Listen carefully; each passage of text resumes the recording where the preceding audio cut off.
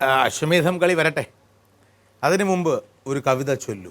താളത്തിലൊന്നും കവിത എനിക്കറിയില്ല. ചൊല്ലു എന്ന് ഞാൻ ഉദ്ദേശിച്ചത് കവിത ചൊല്ലു എന്ന് പറഞ്ഞത് കവിത കരയൂ, കവിത പറയൂ, കവിത കേഴൂ എന്ന അർത്ഥത്തിലാണ്.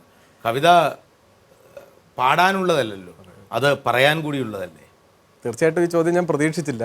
ദുഃഖമാണെങ്കിലും നിന്നെക്കുറിച്ചുള്ള ദുഃഖം എന്താനന്ദമാണ് എനിക്കോമനെ.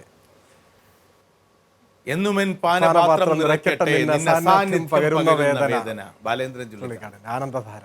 ആനന്ദധാര. ദുഃഖമാണെങ്കിലും നിന്നെക്കുറിച്ചുള്ള ദുഃഖമെന്താനന്ദമാണ് എനിക്കോമനെ. ഇന്നുമെൻ പാനപാത്രം നിറയ്ക്കുന്നു നിന്നെ സാന്നിധ്യം പകരുന്ന വേദന. അങ്ങനെയാണ് ചിലരുടെയൊക്കെ അസാന്നിധ്യം പകരുന്ന വേദന വളരെ വലുതാണ്. സ്വരാജ് അശ്വമേധത്തിലേക്ക് കടക്കുന്നതിന് മുൻപ് വർത്തമാനകാലത്തിൽ നമ്മൾ എത്തി നിൽക്കുന്നത് വല്ലാത്തൊരു ദശാസന്ധിയിലാണ്. മംഗൾയാൻ വിജയകരമായി യാത്ര പൂർത്തിയാക്കിയ അതേ ദിവസം കോട്ടയം ജില്ലയിൽ ഒരു കുഞ്ഞു ജനിച്ചതുവരെ വാർത്തയാക്കിയ മാധ്യമപ്രവർത്തകരുള്ള ഒരു ലോകത്തിലാണ് നമ്മൾ ജീവിക്കുന്നത്. ചൊവ്വയിൽ മനുഷ്യൻ അല്ലെങ്കിൽ അവൻ്റെ ചിന്തകൾ, അവൻ്റെ വിജ്ഞാനം എത്തി നിൽക്കുമ്പോൾ അപ്പോഴും ചൊവ്വാദോഷത്തിനെക്കുറിച്ച് ചിന്തിക്കുന്ന ഈ കാലത്തിൻ്റെ നടുവിൽ എന്താണ് സ്വരാജിന് കേരളത്തിലെ യുവാക്കളോട് പറയാൻ? യൗവനം പൊരുതുവാനുള്ളതാണ് എല്ലാ അനീതികൾക്കുമെതിരെ.